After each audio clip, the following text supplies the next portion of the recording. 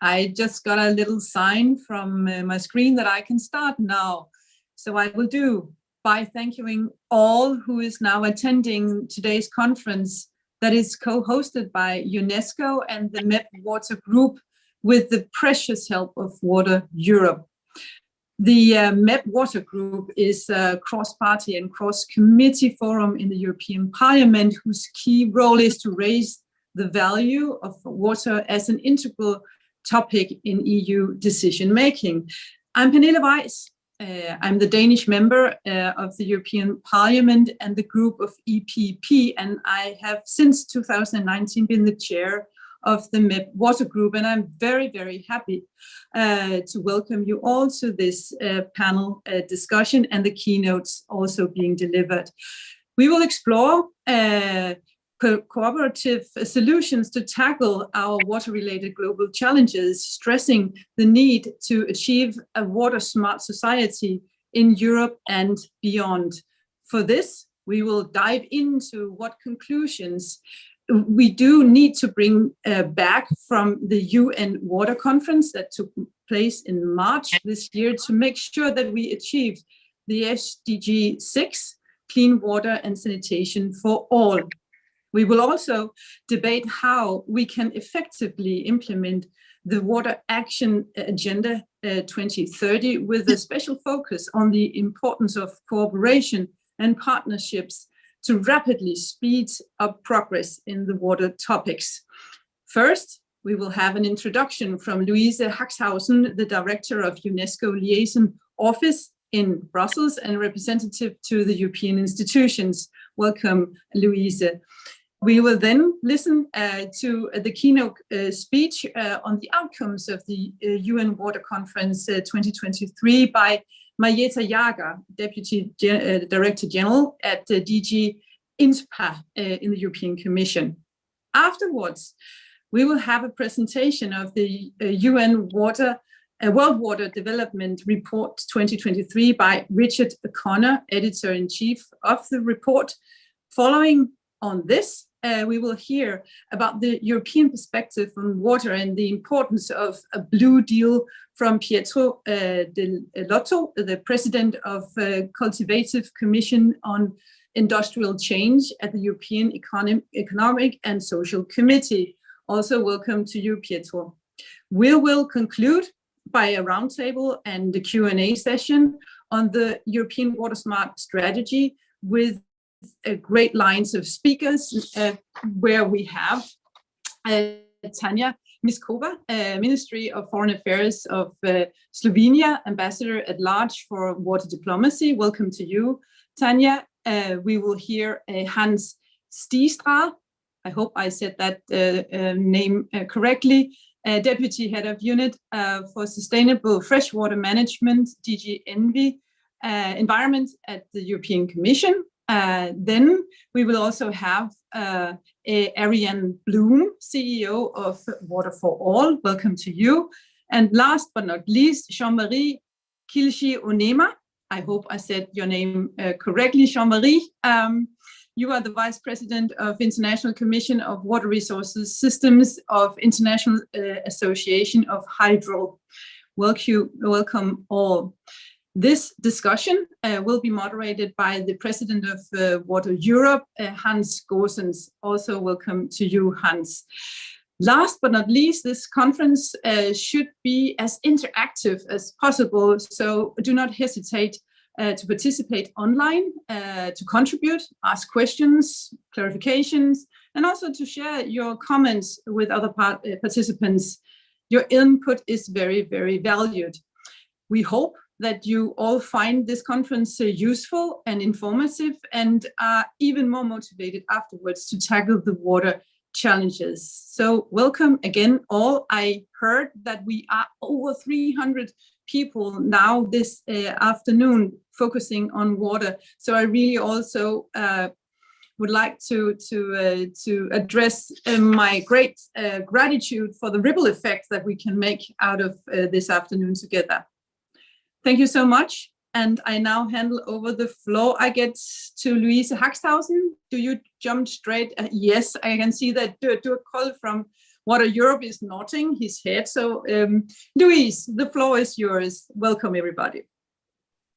Thank you very much, Pernille, and good afternoon, everyone. It's a great pleasure to be with you this afternoon. This year is indeed a truly historic year for water. The UN 2023 Water Conference in New York represented a once-in-a-generation opportunity to accelerate access to safe water and sanitation. With almost 700 commitments, the Water Action Agenda that was adopted by the conference provides the international community with a clear way forward to protect what is humanity's most precious global common good. But 2023 is marks also another anniversary, and that's the 20th anniversary of the United Nations World Water Development Report, a data-driven, policy-oriented global overview of the status, quantity, quality, use and management of freshwater resources, which has become the UN system's main reference in water. Having begun as a comprehensive encyclopedic publication released every 3 years, ask someone to... Sorry? Okay, I would go ahead. Having begun as a comprehensive encyclopedic publication released every 3 years, it has evolved into an annual thematic publication focused on a wide range of topics. Some of these have been more technical in nature, such as water and energy, wastewater, climate change, nature-based solution, or last year's report on groundwater. Others have been more societal in nature, including water jobs, leaving no one behind, and valuing water. In every case, the UN World Water Development Report has not only brought attention to these issues, but has also provided guidance on several policy domains related to sustainable development, which have echoed well beyond the water community. This year's report on partnerships and cooperation for water is no exception. As the report clearly points out, partnerships and cooperation take place in almost every water-related endeavor, and water resources management has a long history of experience with partnerships, both good and bad. The lessons drawn in the report provide a sound basis to move forward together in a more efficient way, in more efficient ways, to accelerate progress towards Sustainable Development Goal 6. At UNESCO, we have long been convinced of the value of cooperative approaches, including UNESCO's World Water Assessment Program, the WAP, established in 2000 as a unique coordinating mechanism for water assessment and mandated to produce the UN World Water Development Report. Indeed, the concept of partnerships and cooperation underpins the way the United Nations work together on water. This report, like all its predecessors, is a result of a tremendous level of cooperation between several UN agencies and a high number of experts from around the globe. Surprisingly, the UN World Water Development Report has often been cited as a shining example of the UN delivering as one. UNESCO is therefore proud to have been publishing the UN World Water Development Report for the past 2 decades, and to have been coordinating its production through our WAP Secretariat located in Perugia, Italy. I take this opportunity on behalf of UNESCO to thank the Italian government for its generous and continuous financial support to the WAP, which has made the production of the World Water Development Report possible since 2007. As the only UN agency to focus directly on science, UNESCO remains committed to promoting research and information generation in the realm of water and to provide member states as well as key partners such as the European Union with the knowledge and guidance required to address the global water crisis and to accelerate progress towards meeting each and every target of SDG 6. And now, without waiting, we will watch a short video which provide main highlights about this year's report. Thank you very much.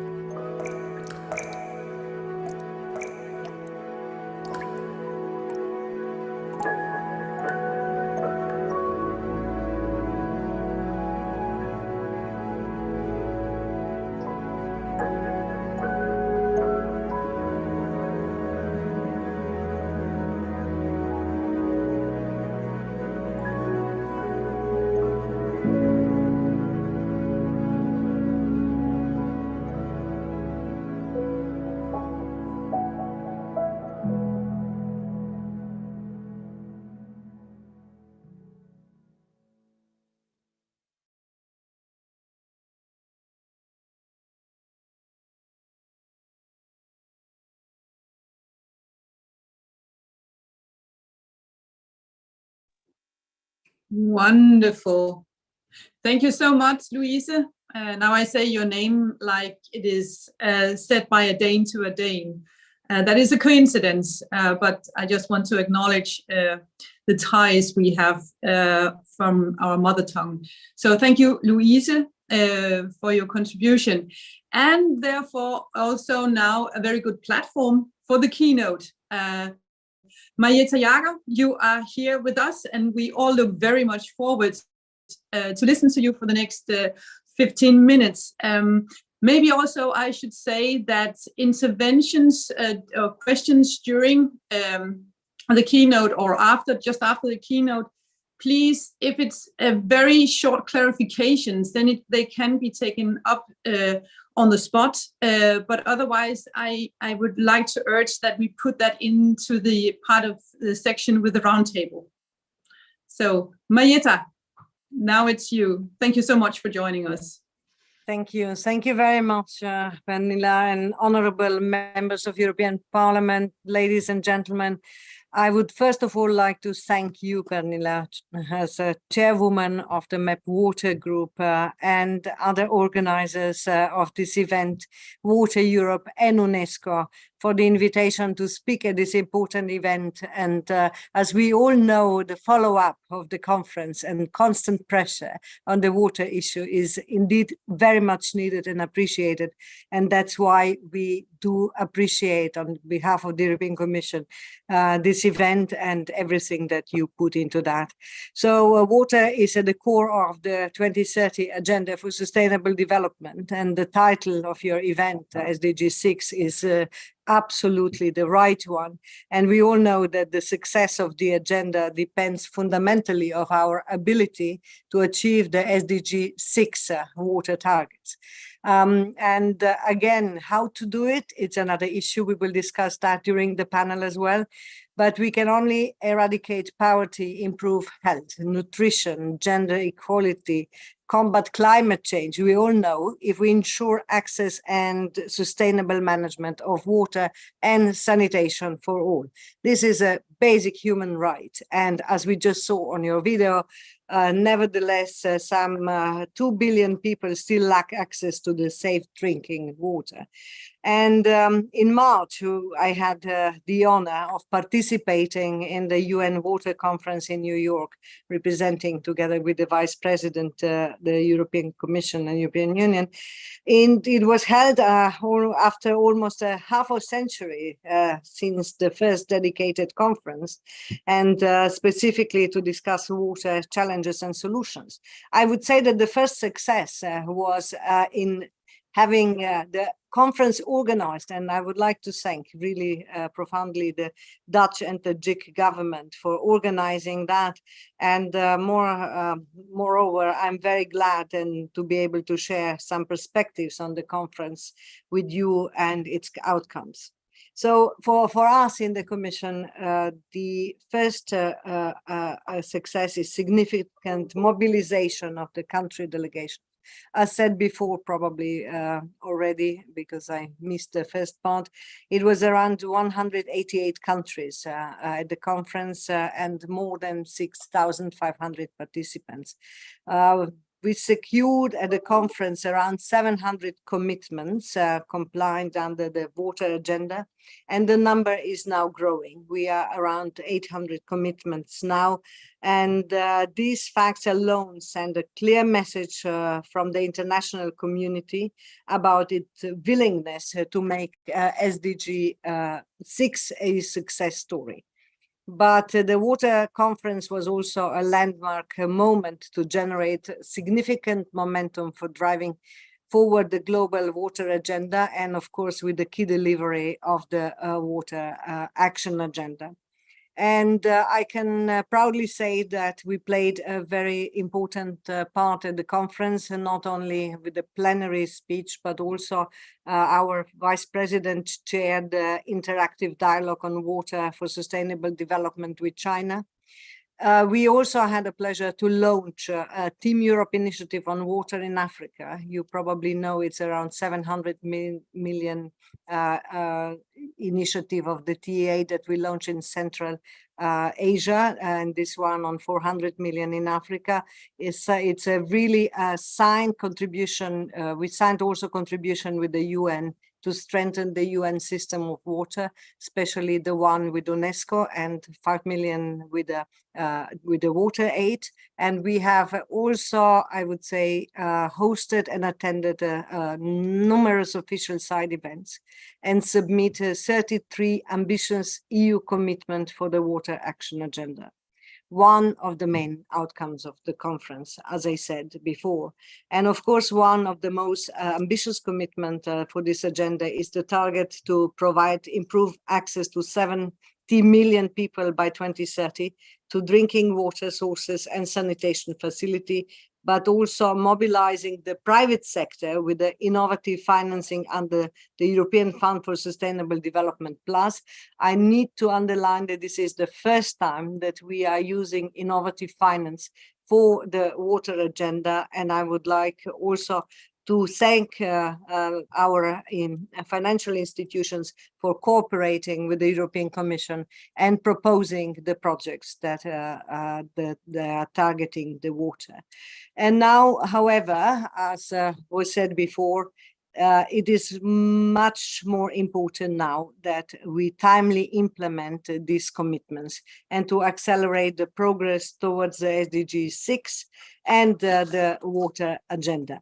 So for us in the Commission, it's very important to do the regular monitoring of the implementation of the agenda at the UN level, and also to ensure that such an implementation is followed up across the relevant UN processes.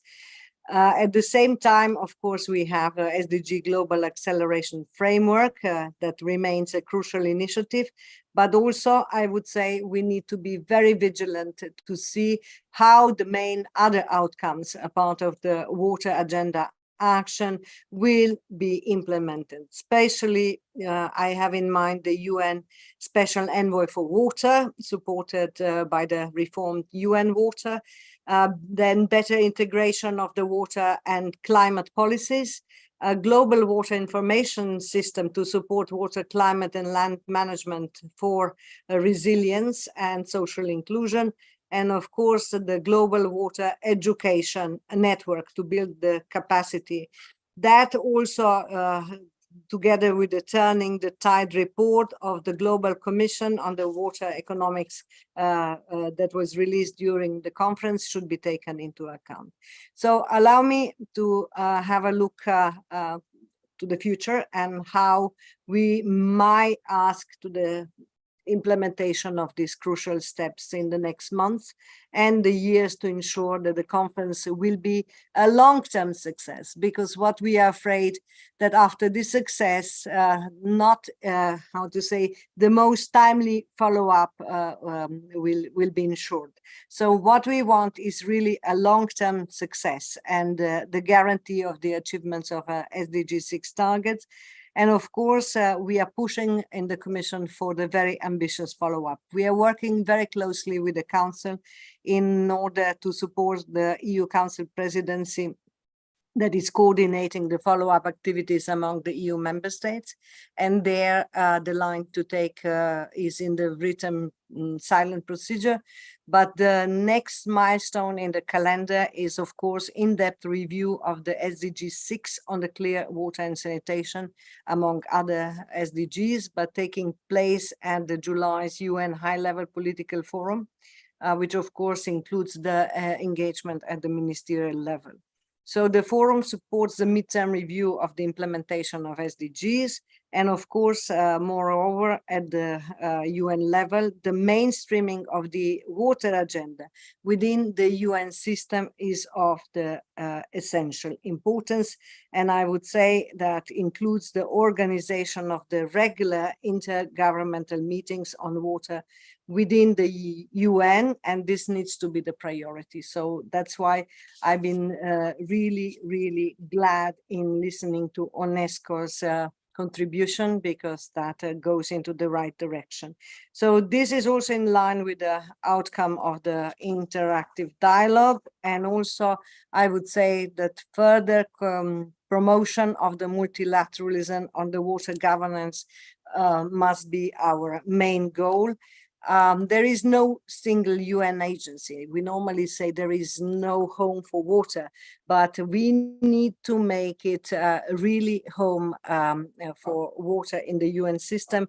And this picture is rather quite difficult, of over 30 UN organizations, each with their own programs on water and sanitation. So we need to ensure that there is a mainstreaming and basically very good monitoring of what is going on in the UN system when it comes to coordination of the programs.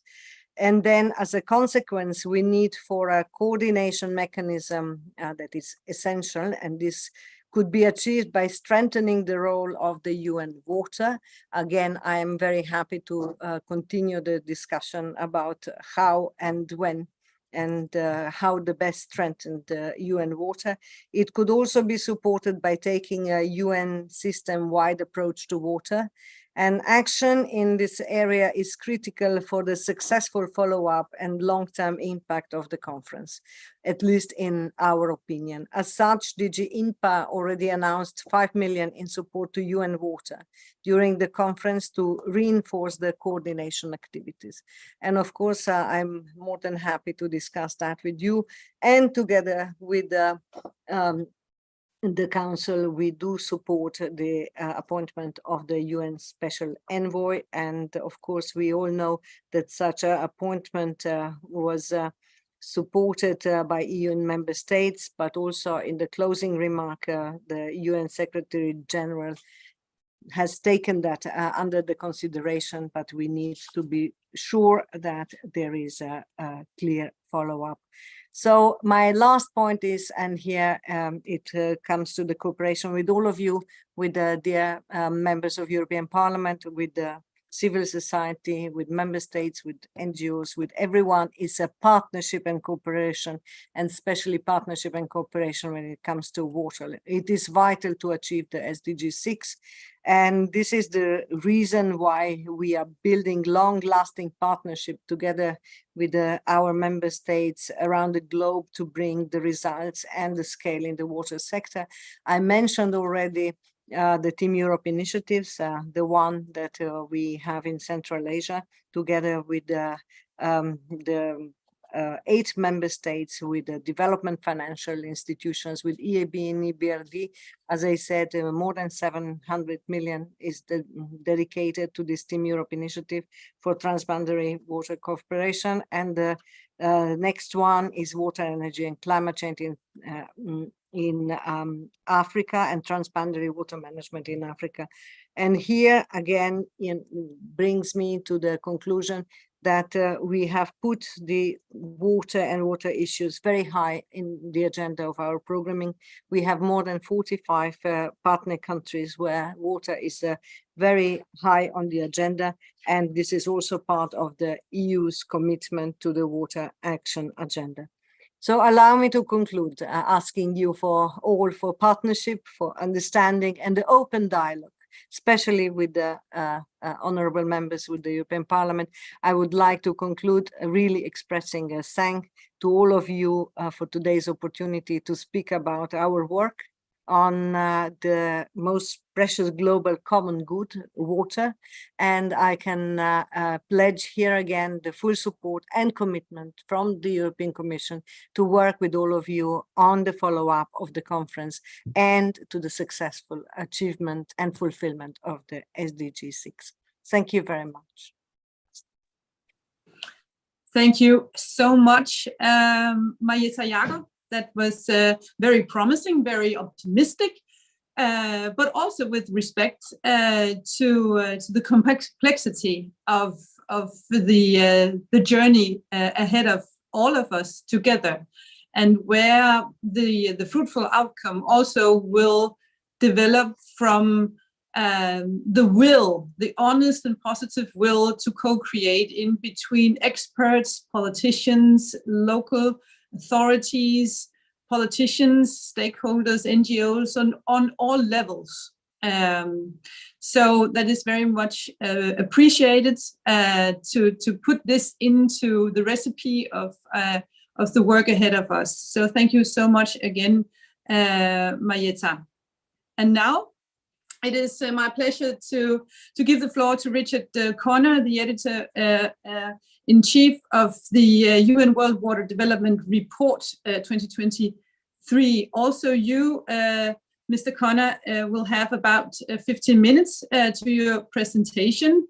So I give the floor to you now, and then after you, if there is no questions to clarification, the last speaker before the panel will then be Mr. Pietro Dell'Otto.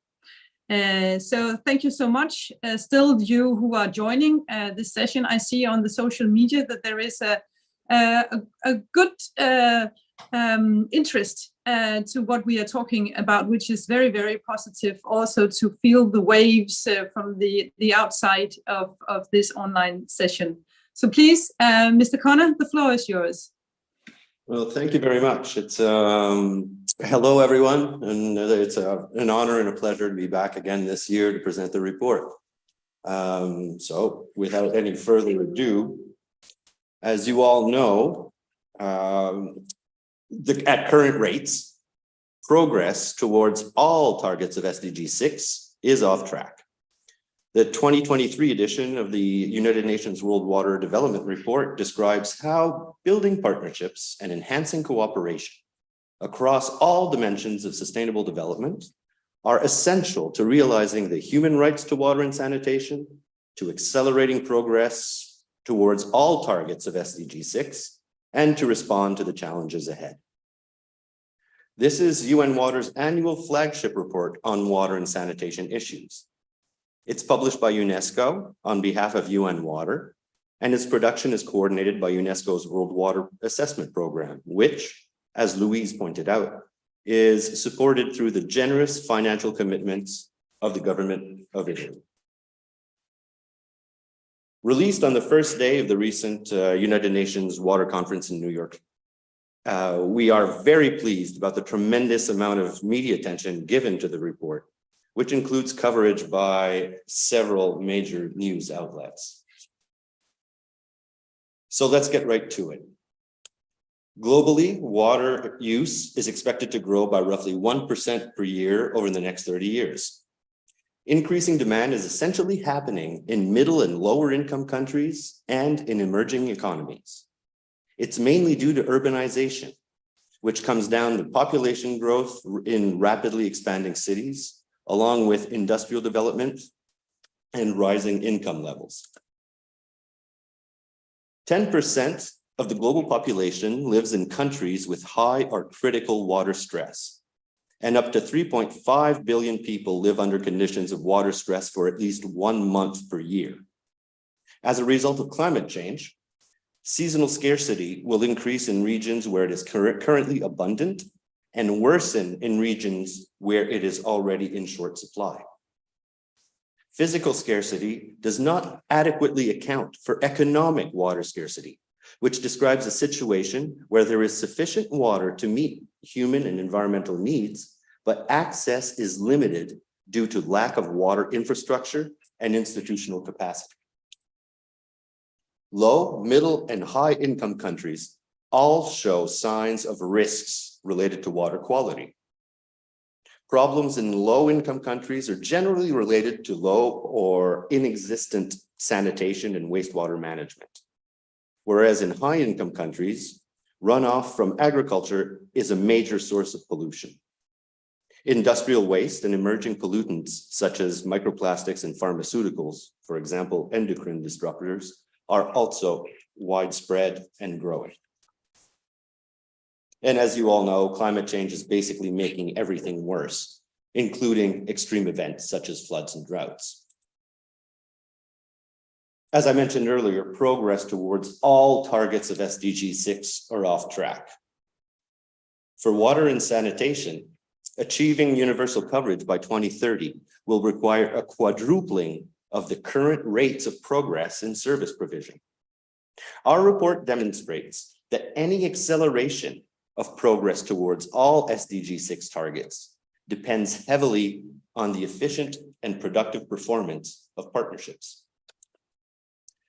In developing this report, the first question we asked ourselves was, how does one begin to break down all the different types of partnerships and cooperation over water?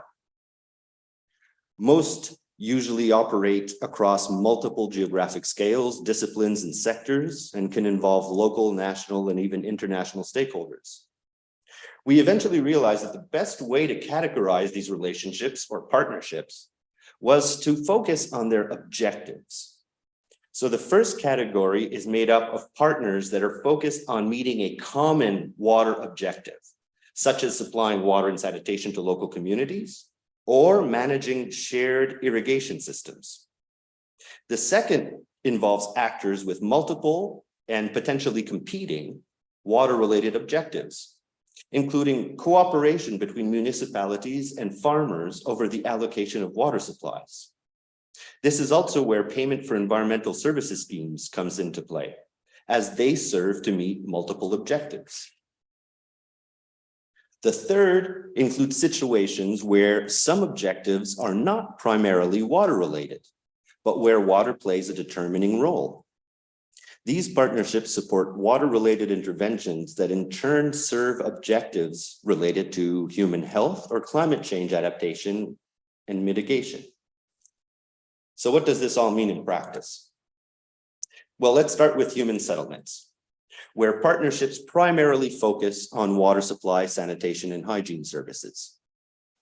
Evidence shows that effective stakeholder involvement leads to services that are more appropriate to the needs of resources, the needs and resources of poor communities, and increases public acceptance and ownership of the system.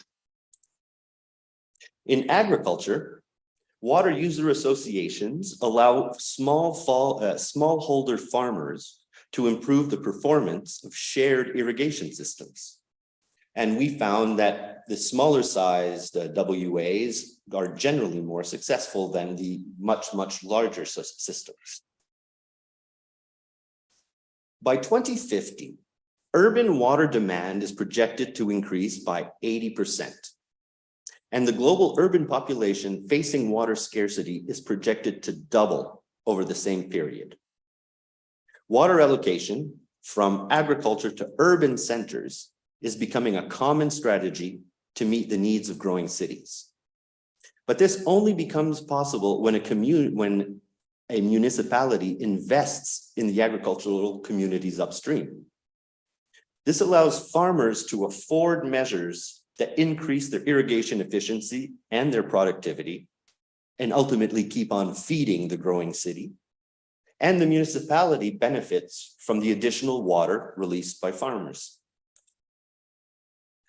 Partnerships focused on watershed protection or rehabilitation have been increasing worldwide. For example, so-called water funds are financing schemes that bring together downstream users like cities, businesses, and utilities to collectively invest in upstream habitat protection and agricultural land management to improve water availability and quality. Which brings us back to climate change, which exemplifies the value of the extra sectoral partnerships. As highlighted in our 2020 report on climate change, greater cooperation is needed between the water and climate communities in order to better understand and ultimately implement both adaptation and mitigation measures.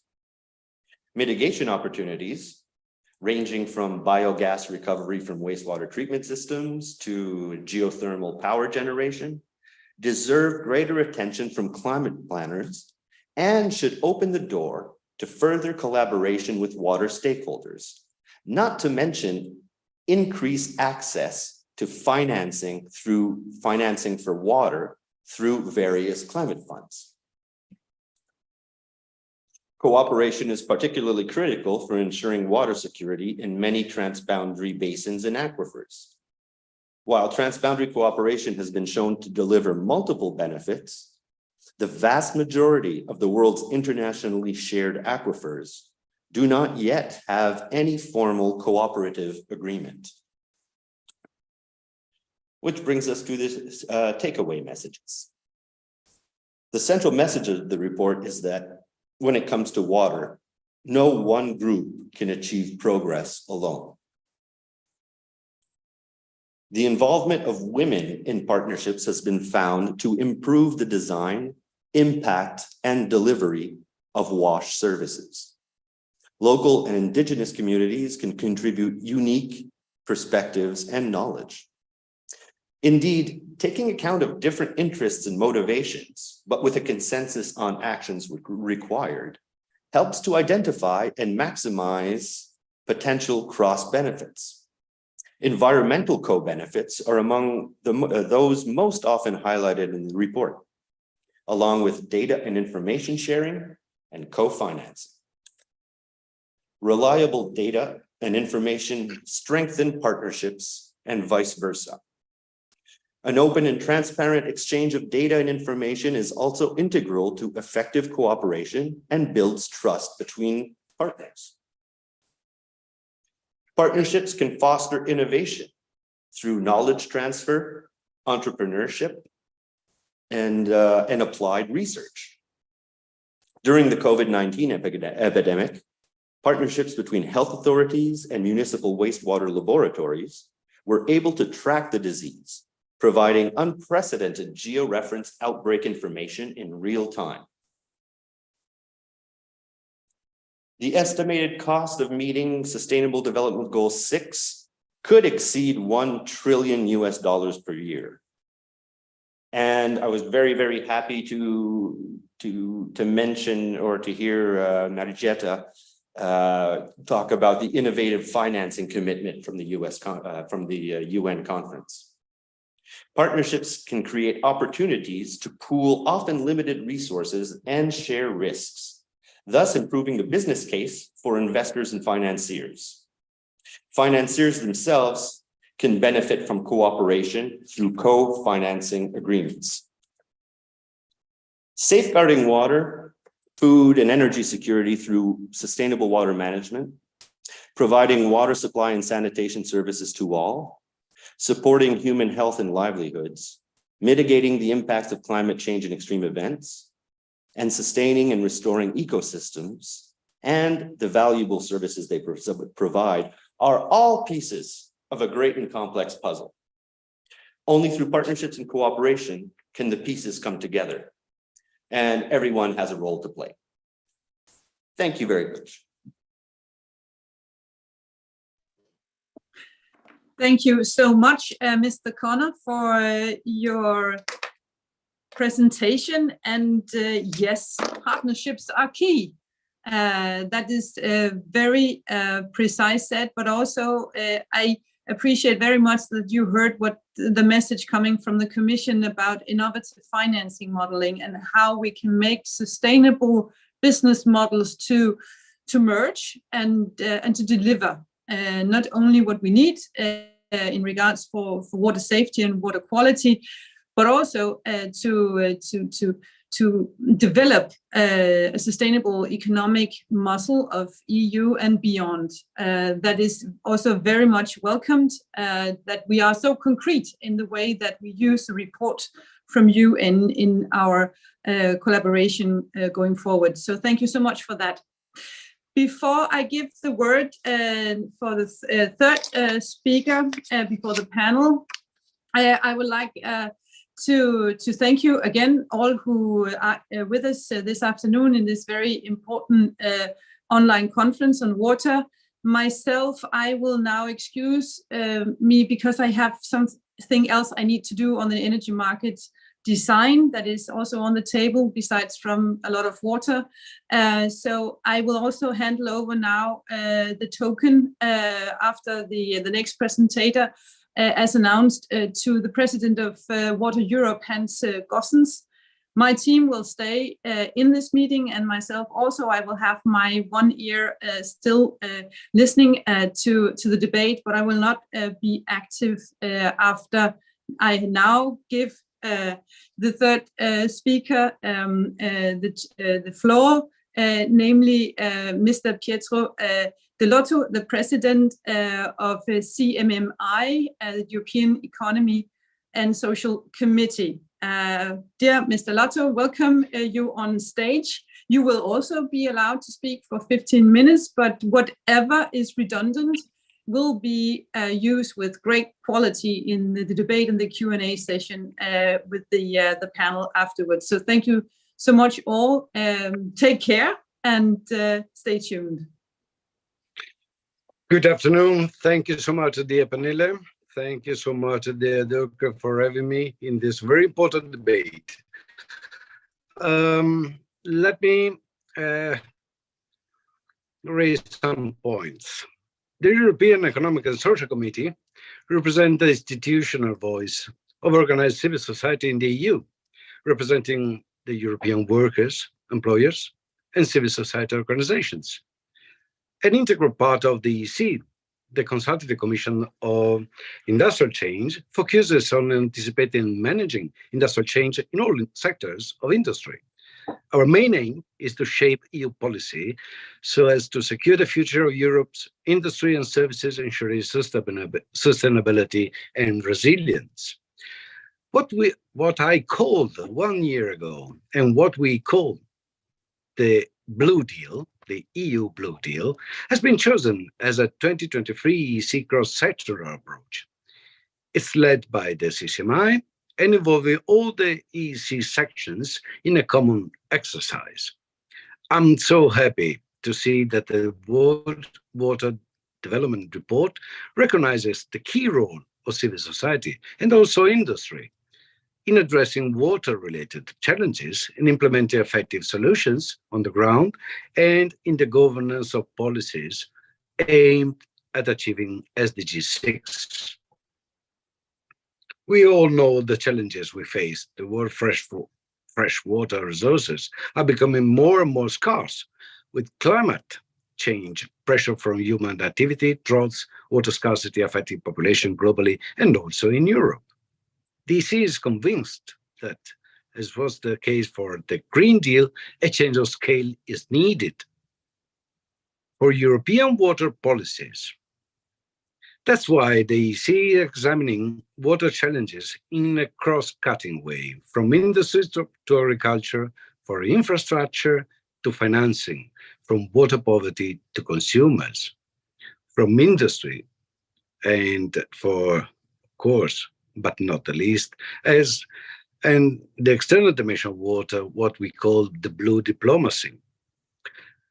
Under the Spanish EU presidency, the 26th of October, we will launch a conference we'll be organizing to call for adoption of an EU Blue Deal as one of the priorities for the next Commission, identifying concrete actions for a comprehensive EU water strategy. The EU needs indeed a comprehensive water strategy, which is addressing the challenges we are currently facing and anticipating the challenges for the future. The crisis is there and can already be felt by our citizens, but it's nothing in comparison with how acute the problem will be in the few years from now in case we do not act now. It's important to have a holistic view and not work in silos, as water impacts all areas of society, citizens and businesses, how we produce our food and energy, and of course our natural environment and ecosystems. We absolutely need to secure access to clean drinking water for citizens, both globally and in Europe. This is the key priority. We also need to make sure that, on the one hand, the industries have a secure, reliable access to water in order to secure industrial activity and jobs in Europe. The same goes for agriculture and food security, as well as the energy production. These activities all rely on the sustainable management of water. On the other hand, these sectors should be supported in order to progressively become more water efficient and reduce their water pollution over time. We are also looking at the role of water technologies in solving many of Europe's and global water challenges. New innovations and technological solutions are being developed, and Europe has the opportunity to become a leader in this field. We also need more foresight and data overall on water and related risks in Europe to be able to prepare our actions, design future-proof policies, and build resilience. Partnerships are needed to share data across sectors and actors. We are all involved in this, and we must find solutions together. Water is an increasingly scarce, common, strategic good that belongs to all of us, and nobody can be left behind. But governance in partnership is a key, also to overcome the chaotic situation we are facing at the European, national, local, regional level. We are working in close cooperation and consultation with civil society organizations, European civil society organizations throughout the process, involving their views and expertise on the ground. It's important as they see the realities on water-related challenges, but also the opportunities we have in Europe in their everyday work. We are working, of course, with all the other institutions on what we call, I stress again, what we call the Blue Deal, alive with the MEP Water Group, as we are both aware of the challenges we face in punishing for water to be higher on the European agenda. As already said, a change of scale is needed for EU water policies. The more we are at the European level, calling for a comprehensive water strategy for Europe, the better we will be heard by the next European Commission, who is preparing its priority for its next mandate starting in 2024. We are, of course, ready to cooperate to all the other European civil society and bodies and with all EU institutions to make the EU Blue Deal a reality. Thank you so much, dear Pernille. Thank you so much, dear Dirk, for inviting us and for your excellent cooperation and commitment on that. I really appreciate all the previous interventions, and I'm sure that we can continue to work together for this common goal. As I said, and I finish, to remember that on the 26th of October, we present not just a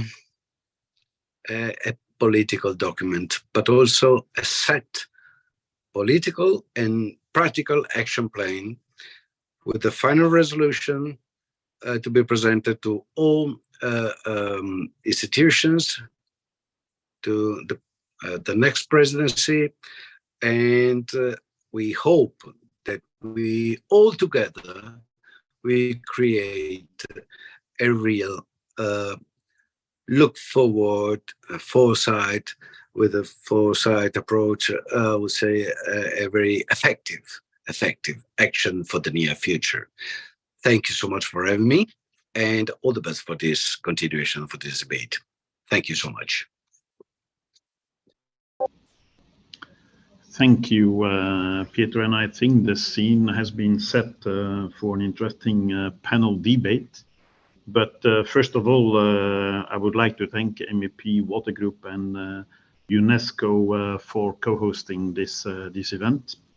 The scene has been set for an interesting debate. I think in the keynote, Marietta Jager made a clear call to all of us, I think, to ensure that the conclusions and the outcome of the UN Water Conference 2023, that we make out of it a long-term and sustainable success. And I think in this presentation of the UN World Water Development Report, Richard Connor clearly made a plea for partnerships, clearly stating also that actually all water-related inventions require some kind of cooperation and partnerships. And I think we all were heard just a couple of minutes ago the announcement of Pietro Francesco Dell'Otto on the call, the 26th of October, for the adoption of a European Blue Deal. I think ambitions are there, and let's now explore cooperative solutions to tackle our water-related global challenges, stressing indeed the need to put in place a resilient and inclusive water system to achieve a water-smart society in Europe and beyond. And relevant stakeholders will strengthen collaborative tools for innovation, such as water-oriented living labs. And based on these three key perspectives for building a sustainable water strategy, gender, research, and EU-African collaboration, the panel now will explore effective solutions for implementing a cooperative strategy on water in Europe and beyond. And actually, we have today four distinguished panelists: Tanja Miškova, Ambassador at Large for Water Diplomacy from the Ministry of Foreign Affairs of Slovenia; Hans Stielstra, Deputy Head of Unit for Sustainable Freshwater Management, European Commission, DG Environment; Ariane Blum, CEO of Water for All; and Jean-Marie Kileshionema, Vice President of the International Commission of Water Resource Systems of the International Association of Hydrological Sciences. Welcome to all of you four. And let's start this debate with the first question to Tanja Miškova, where, let's say, in the light of the Council Water Conclusion of November 2021, what is your assessment, Tanja, of the outcomes of the UN Water Conference 2023 for Europe? And similarly to the Commission proposal for a UN special envoy for water, what would you think about a similar commitment for the EU? Thank you very much, Hans, and thank you to the European Parliament, to Water Europe, and to UNESCO World Water Assessment Program for inviting me. I completely share the assessment that Marietta Jager presented about the conference, but I would like to maybe share a bit more, I would say, historical perspective from the starting point when the preparations for this conference started and the EU engagement in this respect. And through this, we will also come to my assessment.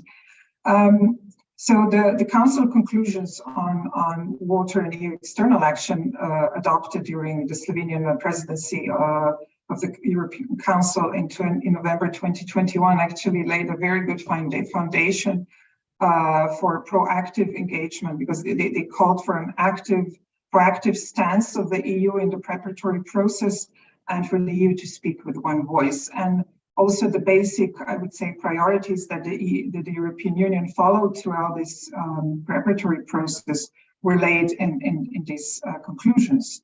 And I must say, looking these last 3 years, the EU was very active throughout the process. Both the European Commission and member states, not all, of course, but quite a few were engaged, and 2 of them hosted official preparatory meetings, like Germany with One Water Dialogues and Portugal with a symposium on the margins of the Ocean Summit. And also we have an expert group composed of people coming from several ministries, where we aligned our positions and had lines to take for each of the preparatory events and for the interactive dialogues at the conference. We had a joint contribution, and as Ms. Jager mentioned, also we have joint lines to take for the follow-up. So this unity of voice was definitely achieved, and I hope this will be sustained. We were very active throughout the preparatory process, and we noticed some important developments. When we started 3 years ago talking about water governance and transboundary water cooperation or human rights, was basically a no-go. And it was very difficult, and it was very I would say hard-won uphill struggle. Even like 8 months before the conference, we didn't know if transboundary water cooperation was going to be on the agenda, or human rights. And it actually, now we find transboundary water cooperation in the 2 water conventions among the main game changers, results of the conference, and quite a few commitments made in this respect. And I also think there was important change in the narrative on water. Today everybody speaks about water as a global common good. A year ago, this was not the case. Water, as a human rights-based approach, very difficult topic a year ago. So I think there were important milestones reached throughout this process. And also the level of commitments made for the water action agenda, which started off to a very slow start, but reached, as we heard, about 800 commitments and growing. I think this shows that we managed to go from ground zero to a level where we can be really happy. But of course, much more needs to be done. And coming to your question on the envoy, Slovenia was one of the first to call for the envoy, and this idea actually came. It's not a new one. It was there before. We revived it within the waterborne dialogues, born water dialogue. Sorry, and it gained the support of 150 member states. So we believe that we need an envoy who will come from the global south, where the greatest challenges lie, and I personally think it should be a strong woman from Africa. And if we manage to achieve a very good envoy who will do what we expect him or her to do, I don't really see the space for a EU special envoy. And in reverse, if this envoy is not appointed, which I doubt. I think that it will be appointed, but if he or she does not live to our expectations, yeah, that would definitely leave space for also for an EU envoy. But before that, I think what is needed is what was just talked about, what Mr. Delotto said. We need a strategic base for, this envoy would need a strategy as his a substantive base for his work. So I also believe that the EU, it's high time for the EU to have a strategic document on water, a blue deal on water. Thank you. Yeah. So it's not all about the envoy, it's definitely about having the strategic base. Huh? Yeah. Ariane Bloem, you were on and you participated in the UN Water Conference in New York. What is your main takeaways on the collaboration challenges? Well, good afternoon, everybody. Thank you, Hans. Well, first of all, I would like to just highlight that I represent an EU research partnership named Water for All, gathering 82 partners across 31 countries in Europe and beyond, in the framework of the Horizon Europe program. So coming back from New York, I was very happy actually to see that science and knowledge are key issues to support water management and to meet the SDGs, and that they are highly considered. This was not always the case, I think, in the past, and I was very happy to see that this is a major issue now and that science has a key role to play for acceleration and to meet the SDGs. And scientific cooperation is clearly addressed as a tool to support international cooperation.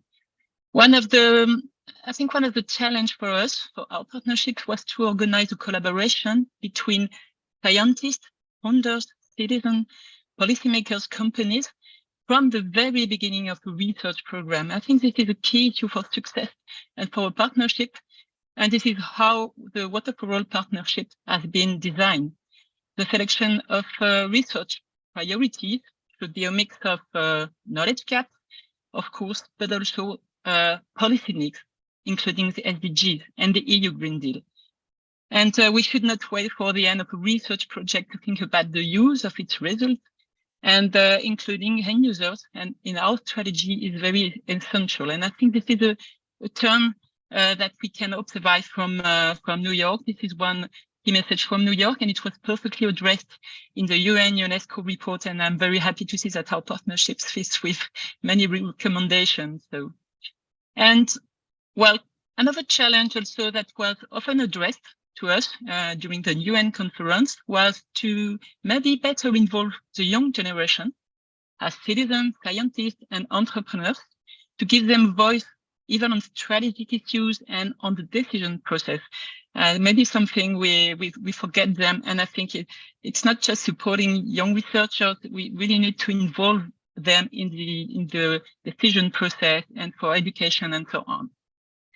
And well, finally, I would also like to stress that collaboration in the field of water must be based on the share of reliable and accessible data. Open science, open data is absolutely essential to meet the SDGs. It was addressed so many times in New York at the transboundary level, at the national level. And I think that the scientific community, together with public and private institutions, has a key role to play with regard to the dissemination of accessible and reliable data. We need to deliver also a clear, comprehensive, balanced, knowledge-based measure. This is a key issue, I think, from New York, I wanted to share with you. Thank you, Ariane. Now, science, knowledge, data.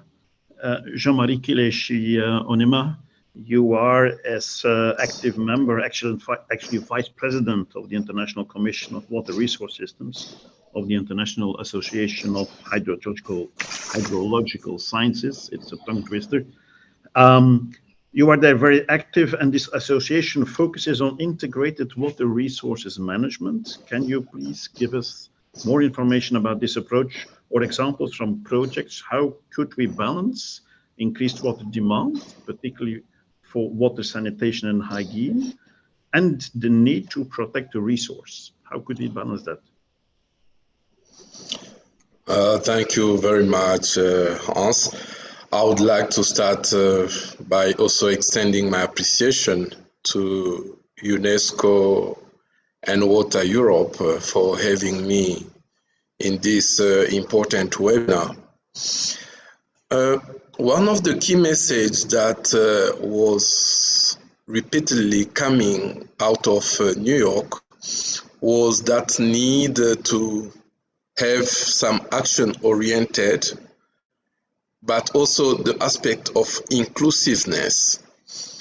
And the International Commission of Water Resources System, in the way it approaches water, is the fact that it appreciates that water cannot be looked at in isolation. Water, if we want to actually have a real solution, we need to look at it in a very systemic way. Hence, what has been happening over the years was to support research in hydrology, but also in water-related areas in order to solve specific problems.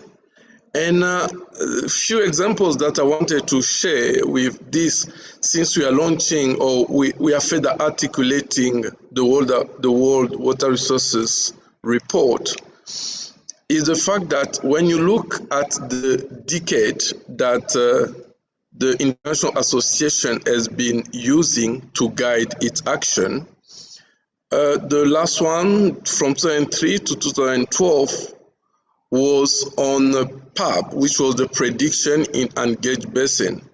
In fact, what we realized was that we didn't have enough data, or we didn't have adequate data, especially from an African perspective. And unless you come up with new ways or new approaches of gathering data in order to inform decision, the acceleration that we talked about in New York would not be possible. So for instance, that was the decade from 2003 to 2012. Then after that, the association felt like it's important to emphasize on the systemic nature of water, where we realize that for you to have impact on water, you don't have necessarily to work on water. You can work on other systems, but have impact on water. And that we called it pant-array, meaning that everything is linked. So by changing on tariffs or by putting enabling environment, we were able actually to have impact on water. But maybe to finish, I would like to appreciate the fact that the association has also realized that initially we were doing science for the people. But I think now more and more we are realizing that it has to be science with the people. Hence, we've got this new decade that will start next year up to 2032 that we have called helping. And helping stands for hydrology, but also engagement of local people in solving global water crisis. So that element of actually making sure, I know there are several words that are being used, whether it's co-creation, but I think that inclusiveness is one of the key elements to make sure that we are actually solving problem, and the cooperation and the partnership that we're talking about can never be possible unless people own the process from the grassroots, especially when it's come to water. Thank you. Thank you. Indeed, the involvement of people is important. But let us go to Hans Stielstra, Deputy Head of Unit for Sustainable Freshwater Management, European Commission, DG Environment. Hans, the EU Commission has included in its legislative proposal on the Urban Wastewater Treatment Directive a new provision to support the access to sanitation and how to achieve actually access to sanitation in Europe? Yeah. Well, first of all, good afternoon to you all, and thank you very much for inviting also the Commission to the program. Well, Marietta was the first speaker. I represent the environment part of the European Commission.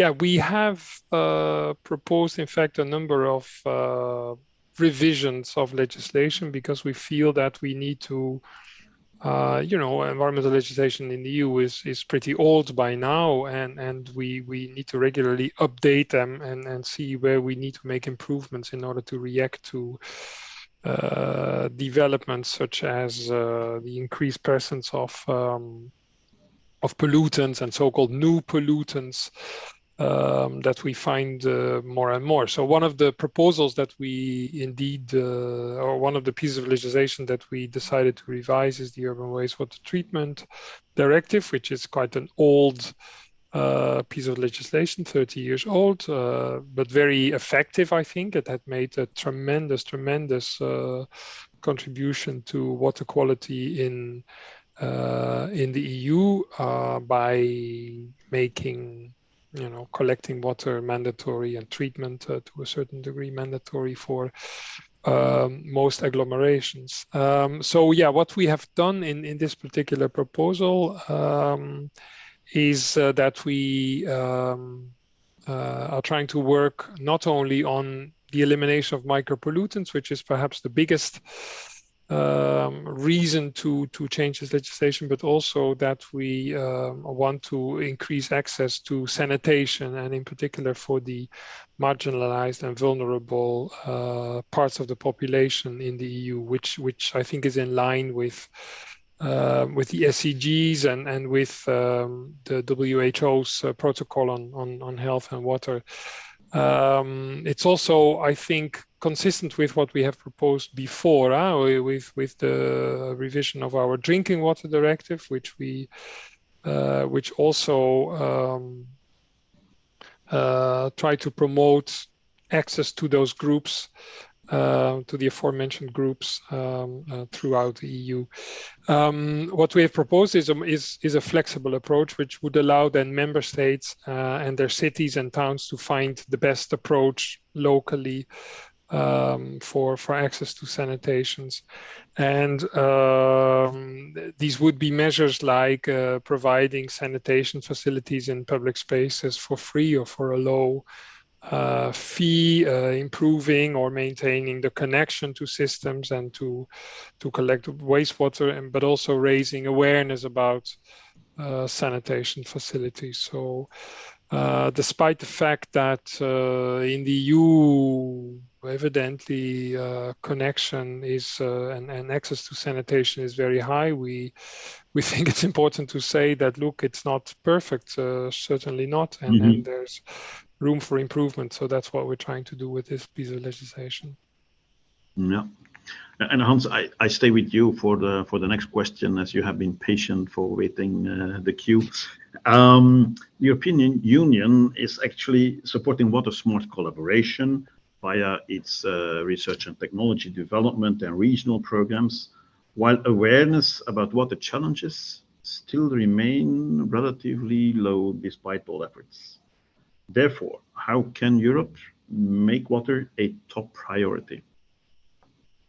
Yeah, thank you. Look, I think if you ask me, but I guess I'm prejudiced, I think water is already a big priority for the EU.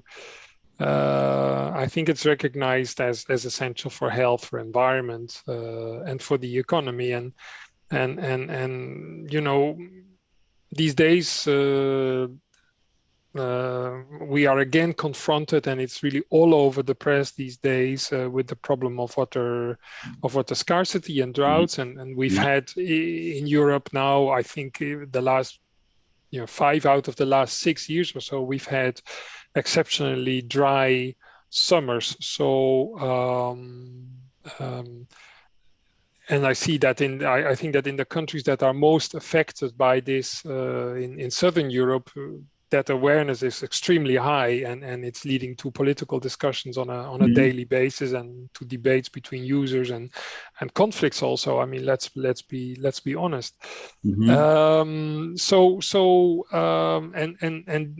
what is, of course, what used to be an issue in Southern Europe mostly is now spreading slowly but surely to central parts of Europe, and even countries like Sweden and Poland occasionally have this problem. The very region where I am here in Belgium has this problem as well. In fact, Flanders being a very paved over piece of land with hardly its own freshwater resources, is really, I think, feeling the effects of drought in Europe. So I think it is a big issue.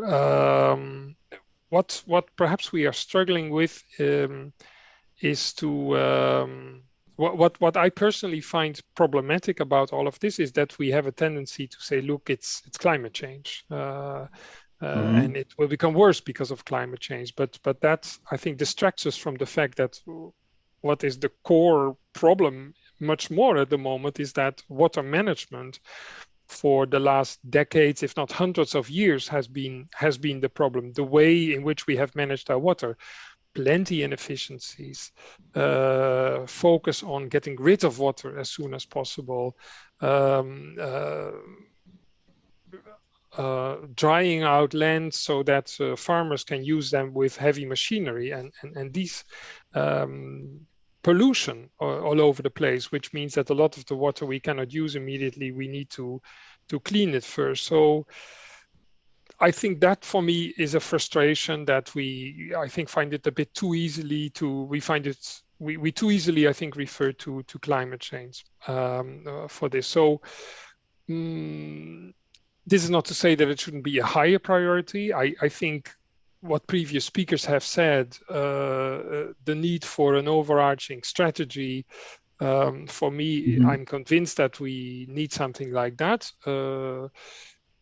Again, we should then not frame it as a climate thing or as an environmental thing. It should be a comprehensive thing. And I mean, all users of water should be involved. Everyone should make their contribution. So it is important to get it to that highest level and to make sure that there is a comprehensive strategy for all of this. It's happening already in member states. Let's face it. I mean, aforementioned Flanders, for instance, has a plan. Germany has a plan. There are countries that have developed such very good plans, which point at the need for investment over a long period of time, and that for me is really the way to go. Thank you, Hans. Coming back to member states, actually, Tanja, Slovenia supports several activities of the UN on water. What are the benefits and challenges of the European support for the UN program on water, particularly with Africa?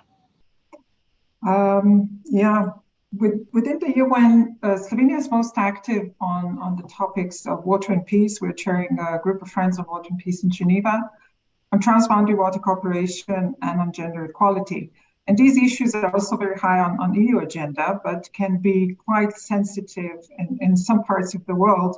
So I believe this is where the term partnerships, especially partnership between the EU and the UN, is the best way forward. On gender equality, for example, we strongly believe in the convening and motivational power of these coalitions and partnerships. So when UNESCO World Water Assessment Program, together with the multi-stakeholder coalition, launched in 2021 a global call for action to accelerate gender equality in the water domain, Slovenia was among the first to join, and we have engaged in several coalitions activities since. And at the UN Water Conference, the coalition presented game-changing commitments and the roadmap to implemented commitments such as including gender equality principles in funding, narrowing the persisting gap between policy and practice, fostering women's leadership for meaningful participation through education and capacity development, countering social norms and stereotypes, implementing collection, analysis, and use of sex-segregated data. inform water policies. Mr. Connor spoke about this as well. So Slovenia will support these game changers through the development and launch of a community of practice digital platform, which is dedicated to communication of initiatives and interaction between coalition members, which we think is extremely important to have this exchange of what works, what doesn't, and how to achieve gender transformative results. On transboundary water cooperation, Slovenia is an avid supporter, just stemming from our own positive experience as a mostly upstream country. And lately, we've been also trying to raise attention to the transboundary aquifers, so the groundwater, and closely worked with UNESCO on this.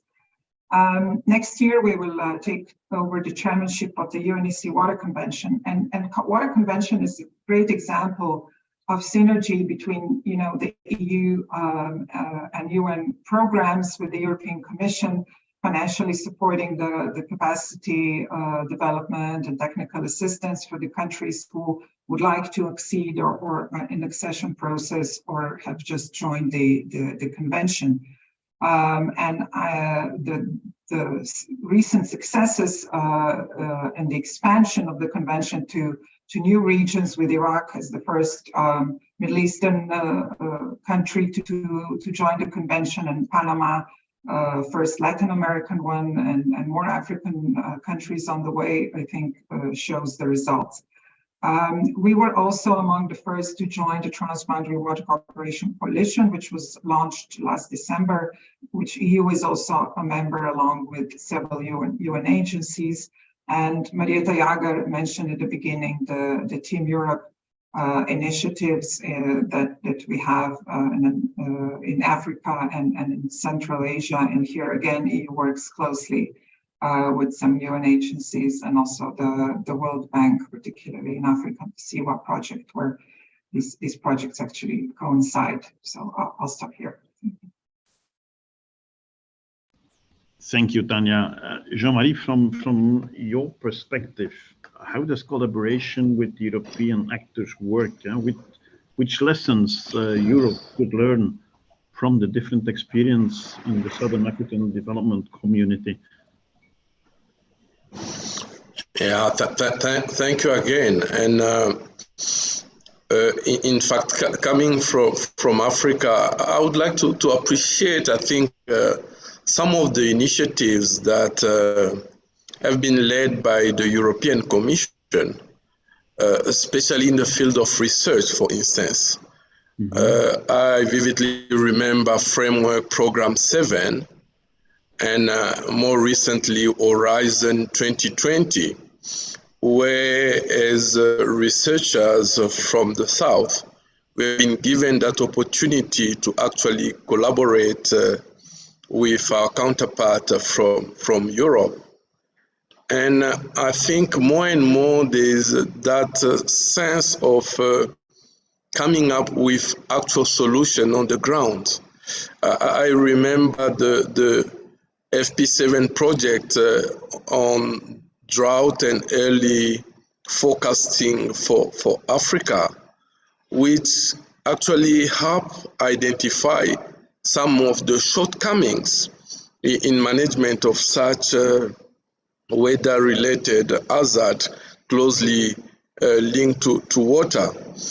And I think such partnerships, such programs are strengthening the resilience of countries, especially here in Southern Africa, where we know that water is already overcommitted. And of course, we have to do a bit of homework in terms of improving our efficiency and effectiveness of whatever resources that is available. But I think such cooperation, like the one that we had under the DUFORA, brought to the light that there are some weaknesses, structural one, within the system in terms of capacity of human, but also of institution of addressing real issue associated with water. Similarly, when we look at Horizon 2020, what we learned out of a project which was named the Afri Alliance, that also brought together networks from Europe and networks from Africa, we learned that there are some ways of addressing some of these pressing matters, like the issue of water security, food security, energy security, and even the balance among those three. And of course, you know, one appreciated that learning of not only, you know, being on the receiving hand. You know, it's no longer that approach where, you know, when you are from Africa, you're just on the receiving hand. But we were able actually to have some comparative studies which could actually inform also the way issues on water and climate were handled from an African perspective, but also from Europe. And maybe lastly, I would like also to appreciate the fact that we have some champions, and from where I sit, I would like to appreciate the effort that the programmatic cooperation between, for instance, the Ministry of Foreign Affairs of the Royal Kingdom Netherlands is putting into Africa in making sure that water is high on the agenda. And of course, they even show it further by co-chairing the UN Water Conference in New York. So yes, I think there is some encouraging initiative, both at EU level, at the Commission level, but as I said, at country level, we've got also some champions who are actually making a difference to the way water is being managed and how capacity is actually being built through partnership. But maybe lastly, I would like to say that what we have learned also over the years, over the past 20 years, is that issue of capacity, it's time consuming and resource consuming. So some of these interventions, it's only those that were initiated 20 years ago where we are seeing now result now. And practical examples are the professionals that have been trained 20 years ago are the ones who are now being executive in water-related institutions. So we need to appreciate that sense that even this collaboration between Africa and the European counterpart, it's not a quick fix at all. It has to be given enough time for us to talk about impact on the ground. Thank you. Thank you, Jean-Marie, and later on we will have some time for some questions from the chat in this event. But maybe before going back to Ariane, Water for All Partnership has submitted its second batch of activities that include the Water Smart Society vision. It is particularly relevant as regards to the development of water-oriented living labs recognized in the UN Water Report 2023. Can you please tell us a bit more about these next steps? Yes, thank you, Hans. It's true that Water for All started in actually June 2022 and will last 10 years. So this is the very beginning of our partnership. We are still very young, but it's true that we have just finalized our new work program for the coming years. So I can't tell you everything about this work program, which is very large, but maybe focusing on several activities in line with the Water Smart Society. First of all, I would like to say that we are going to support the development of new research knowledge, of course, with annual transnational calls.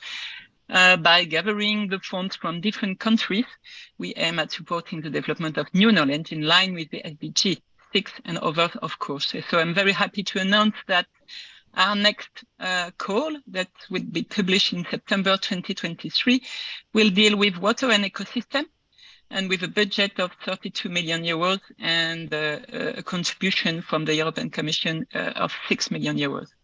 This is also new, but I'm very pleased also to announce that in 2024, the next topic for this call will be water and circular economy. And in 2025, this will be water and health. So this is the first kind and the first set of actions we are going to develop during the next years. All these topics are based on a strategic agenda we have developed during 2 years. And we are going also in the coming years to work on the revision of this strategic agenda, which identify research gaps and priorities. We think it's important to have a living document all along the 10 years because there are so many things happening at the global level due to water use, climate change, priorities, and we plan to revise this document and these priorities at the end of 2025.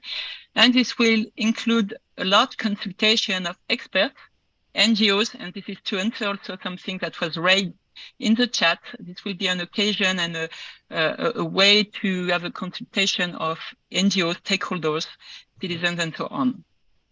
And another key activity that will be developed in the coming years, as you said, is the development of oriented living labs. So this activity is actually led by Water Europe, and you can find a lot of things on their website. But just to say that a living lab is a methodology, a group of actors aiming at identifying, testing innovative tools by gathering different groups of actors, once again, citizens, NGOs, local authorities, companies, scientists. And this is a way to support a research program, to develop research programs that are useful and that are in line with the territory challenge and needs, with the local needs. And this is, I think, completely in line with the SDGs. And this is a perfect example and successful example of partnership for water at the local level. And Water for All will then promote these living labs, these water-oriented living labs, with the development of new ones by supporting a European network of living labs to share our practice, our experience. And I think this will be also a good way to strengthen collaborations with other countries beyond Europe, because this is something that can be shared and promoted in other countries also. And Water for All has a strong issue to support international cooperation. At the moment, it's not, we don't gather only European countries. We also have Brasilia, South Africa, and we do hope in the coming years to welcome other countries from Asia, Africa, or South America. So this is also a very important issue for us. Last, just two other activities I can mention very quickly is support policymakers, because as I said before, we are going to support the development of new knowledge and new research, but we also need to make sure that it is useful for policymakers, and we are going to implement a science policy support group with the aim of strengthening collaborations with policymakers involved in the implementation of European regulations like the Water Framework Directive, it has been said before, Zero Pollution Strategy, Nature Restoration Strategy, and so on. And we've just finalized a survey to really identify the priorities for policymakers at this level. One last thing I want to stress is our actions to support SMEs and to support companies. It's also important to have an impact on the private sector, and we are going to support actions like the development of a European incubator, a support to SMEs to support the transfer to market of their solutions. And this is a very important issue also to consider the transfer to the private sector. Thank you, Ariane. I'm scrolling through the chat. See that some practical questions about the material, presentation material, and so on. I guess that will all be available after the session. But I see here a question, actually, probably Jean-Marie, that is one for you. A question from René Frank, human right to water and sanitation, question mark. How to resolve the issue of informal households in low and mid-income countries not being able to get pipeline connection. These households who do not have land tenure certificates which is a mandatory requirement to be submitted along with the application for pipeline connection as per the water utility regulation in the country. Jean-Marie, any good suggestions to René? Thank you, Hans, for that, and thank you to René who asked the question. You can tell already from the question that it's not a very straightforward solution that could be provided to an issue that speaks to more than one aspect. But from experience, what we know in terms of water supply, especially in growing cities where we have a lot of informal settlement, because that's a bit the sense of the question, because it's a bit not planned development. First of all, there are the issue of the law guiding the access to water in some of the countries. For instance, in the SADC countries, we have a country like South Africa where you have the first 25 liters per person per day that is literally granted to all South African, but still it's not everywhere where they've got access. So I think the problem when we look at it, it has several layers of complexity. First of all, the fact that those who are not having access are actually located in some informal settlement. Then, in addition to the enabling environment, it also the actual infrastructure on the ground. We have some serious issues in terms of maintenance of the existing water supply systems. And coupled to that is the fact that resources are very much affected. We don't have very resilient system. We still rely on surface water, like in this SADC region, we have mainly dams, and groundwater still very much untapped potential.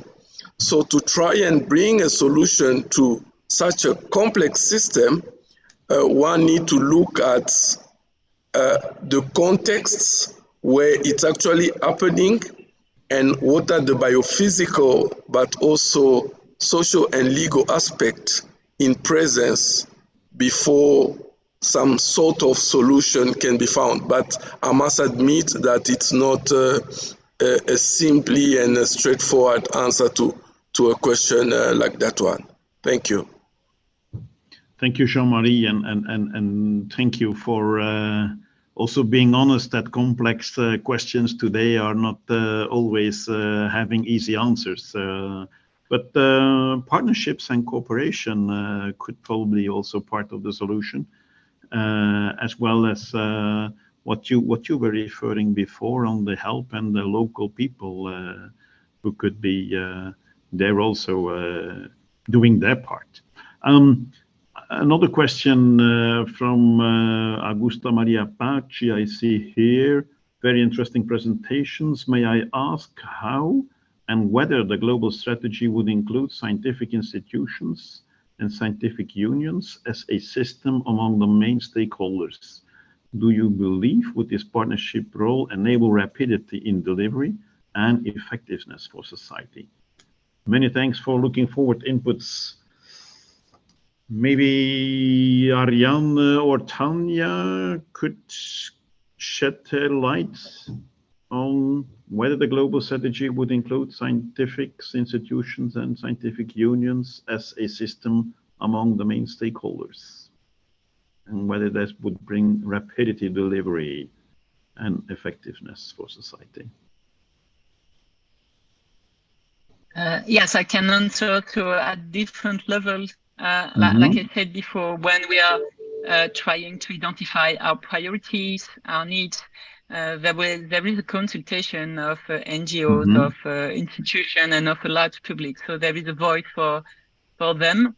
And coming back to this water-oriented living labs, it is typically the place where at the local level, we gather all actors involved in the water management, including NGOs, local authorities, young people, associations, and so on. So I think these are the right place at different scale. I think the question of scale is very important because we need collaborations at the European scale to put our efforts together, our knowledge, our funds, but the solutions have to be implemented at the local level. So this is a first thing I can say and I can answer. I agree.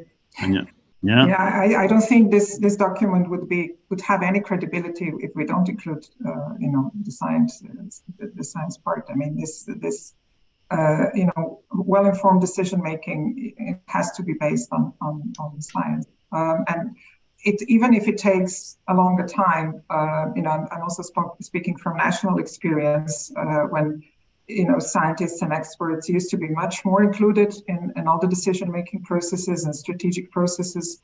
Now they are kind of more included in the public consultation process, and it's proving to be insufficient. They need to be included from the start. When we start even discussing a new legislation, a new strategy, any kind of regulation, they need to sit at the table and co-design.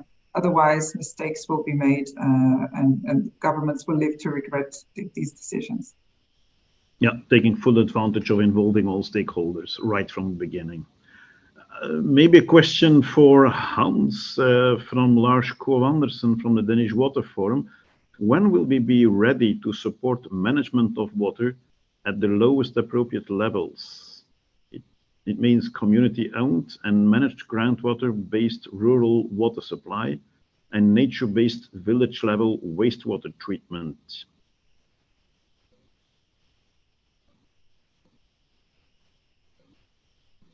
I'm not quite sure how to answer that question because I don't think that, speaking for the European context, I wouldn't know why we are not ready to ready for that already now. I mean, it's of course for member states to decide how they want to implement the legislation, but I think there is a large degree of freedom of how to implement that and how to reach those objectives. So perhaps I misunderstand the question. Apologies for that, but I'm not sure why there would at the moment be any hindrance for that. Okay, Lars was referring to the fact that he says, well, we're still discussing the basics of development cooperation embodied in the Dublin Statement 30 years ago. And then, okay, when we be ready to support management of water at the lowest appropriate levels? Maybe Jean-Marie, Ariane, Tanya?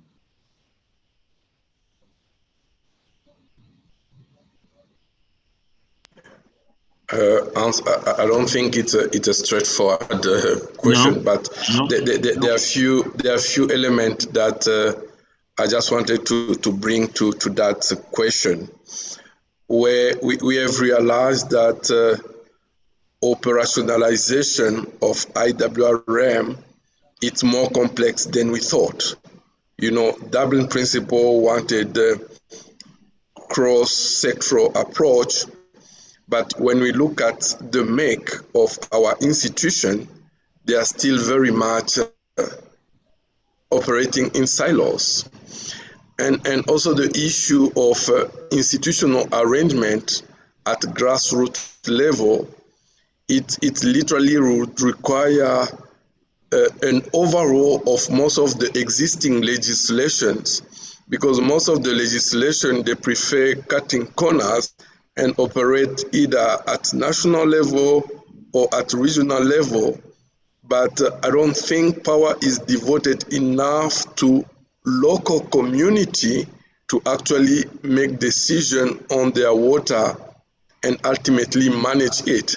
So I think it could be looked at as a long-term solution, but it requires quite a lot to be able to operate at the lowest appropriate as defined theoretically. That's what I wanted just to add. Thank you. Yeah. And I think indeed, yes, let's say the challenges probably are not the highest in Europe on how to reach that that local level. But I think, as you stated, Jean-Marie, it's complex, so it needs a variety of solutions and approaches. Let's see, I still think I have 1 or 2 minutes. I pick out one from Rachel Colette. I have a question open to all panelists. How can we engage the general public to be interested in learning about water in areas where the effects of water scarcity are not yet felt? That's an interesting question. Any suggestions from our panelists? Awareness campaigns? Can I jump in? Hans, yes. First of all, I think this is very boring, but I think there has to be a certain understanding of the price of water. So I think it would be very good if people understand what is the price of water, and also understand that pollution has a price. That's one. And another thing is that, yeah, I think it is very important to also do public awareness campaigns. And as a nice little example of what I see here in Brussels is at the place where the wastewater next to the street goes into the sewage system, it's indicated this is where the sea starts.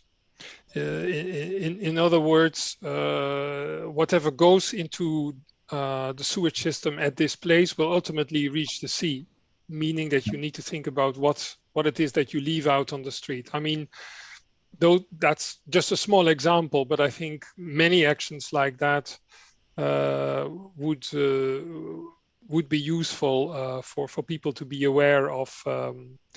That is actually a great good to have all that clean water at our disposal. Yep, and there are several campaigns indeed in Brussels. Here starts the sea. At the company I'm heading in Flanders, actually we're campaigning that for €4 per person, the person can drink 1.5 liter water, tap water a day, a full year round. Just to make people aware of the price of water, perceived as being expensive, but in fact much cheaper than maybe too cheap. Okay, I think you all panelists, Ariane, you wanted to add something? Because yeah, I see your finger. It was just to add something on this last topic. So I do agree that dissemination and awareness are very important to involve people, and we should not wait for a crisis like it is the case for last year, or to take the benefit of this crisis. But I just wanted to highlight that we should address scientific-based knowledge on the situation, but we should pay attention also not to be too pessimistic, and to really also address message on solutions, to be more positive, and to say that there is a crisis. We have talents to reach, but we also have solutions from different actors. So it's worth, I would say, being involved in the management of water. So it's a balance between being pessimistic and optimistic. Thank you. Thank you, Ariane, and I'm thanking you all panelists for your very valuable contributions. And I leave the ground to Dirk Krol, our Executive Director, to wrap up this session. Thank you very much, Hans, and thank you very much for all the panelists. Now it's up to me to try to wrap up, I think, this very interesting session with a lot of interesting speakers and a lot of information. So let me see. So we've heard from Louise Haxthausen, I would say, the importance of the annual report of the World Water Development Report, which I would say has been published now already for, or is celebrating its 20th anniversary this year, with a very interesting, I would say, theme on partnerships and collaboration. From Mariette Jager, we heard about the importance of the UN Water Conference, where it really, I would say, motivated a significant number of country delegations to really, I would say, become active or even more active with regard to water. And also she signaled that already 800 commitments have been gathered, and continue to increase. Also, she highlighted really the importance of better integration of water in in different policies. And I think a very important conclusion that we really need to make a home for water in the UN system, because we will see, as we see later, water is a very, I would say, transversal topic that touches upon very many different policy areas, and also likewise in the UN context, a lot of actors are involved in water. So really, it's really important to build a central place. From Richard Connor, we got a very, I would say, very nice and concise overview of this year's edition of the publication. I think a first and important observation there is that progress is lacking on all SDGs. But we've also seen that specifically with regard to water, there is an increase foreseen in the demand of water between now and 2052 of 30%, so 1% per year, while, as we will see later on, also the demand for water is dramatically increasing. So there we see a real problem. He very nicely gave us an overview of the different objectives that collaboration can have, as they concluded. There can be a common collaboration where, I would say, the objectives are the same. There can be, I would say, multiple or competing objectives, and there can be, I would say, objectives which are really go beyond the water sector, and, for example, deal also with the link between water and health, water and climate change, etc. The key messages that he gave us is that really in the water context, collaboration or cooperation is key for progress. Also in that context, diversity, including gender equality, is really important to make the optimum use of collaboration. Of course, transparency in data generation and data exchange are really key. And of course, it's really important that we accelerate the level of innovation.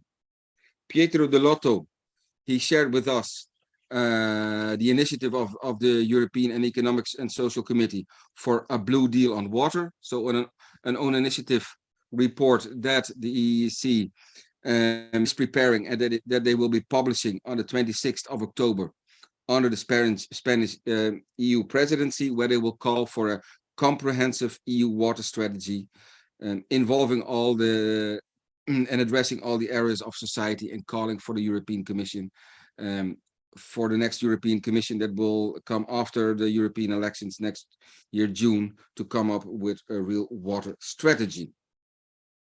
And he also highlighted really the importance of governance to overcome the water challenges. Then Hans Goossens, in his introductory remarks for the panel, he highlighted the importance of achieving a water smart society with the help, amongst others, of water-oriented living labs, which are also both two examples which are mentioned in this year's World Water Development Report as best examples from a European context. Then from the panelists, Tanya really highlighted the importance of transboundary collaboration, and also discussed the importance of the EU, of a UN water special envoy. Then Ariane, she introduced the Water for All partnership, highlighted the importance that science and knowledge were really, I would say, highly appreciated in the context of the UN Water Conference. Also highlighted the importance of collaboration, open data, and open science, and also mentioned the importance in the context of Water for All, of water-oriented living labs as an instrument for systematic transition to a water smart society, to bring all the actors together, linked also in the context, of course, of SDG 17. Then Jean-Marie highlighted to us the importance of being action-oriented, being inclusive, also the need for a systematic change, and also the need to have good data for informed decision-making. He also really emphasized the fact that it's really important to involve the local stakeholders from the beginning at grassroots level. It made me think actually of a statement I recently heard in a different context, where somebody said, if you don't involve me, you work against me. I think that's an important quote to take into consideration here. And he also reminded us on the importance of scientific collaboration that has already taken place in the past in the context of the 7th Framework Program and Horizon 2020, and continues now in Horizon Europe. And he also shared with us the example of one particular project, which was Afri Alliance. And then Hans Dilstra, he reminded us on the importance of the regular update of the legislative context. The European Union is also looking at some of these dossiers right now. He mentioned the Urban Wastewater Treatment Directive, of course, which is under process of renewal right now, but also to the past, the Drinking Water Directive, and in both, I would say, directives, the importance of access to sanitation and access to drinking water are stipulated, but with flexible approach adjusted to the local context. Then in a few last remarks, we raise the importance, of course, of dissemination and awareness, and the importance of a very, I would say, sensitive but important topic, namely the price and the value of water. Yeah. So to conclude, I think we've seen that water is a very fragmented topic. There are many actors out there who somehow deal with water. It's also a very transversal topic, touching upon very many different policy fields, which automatically leads, I think, to the conclusion that we cannot address the water challenges without collaboration. We've seen that SDG 6 is really a precondition to many other SDGs, but we've also seen that SDG 17 on partnership is really a precondition to achieving SDG 6. Yeah, we've seen that it is really important to solve the issues, to have a better integration of water in other policies. Yeah, but we've also heard that in order to address these challenges, we really need to build an institutional home for water.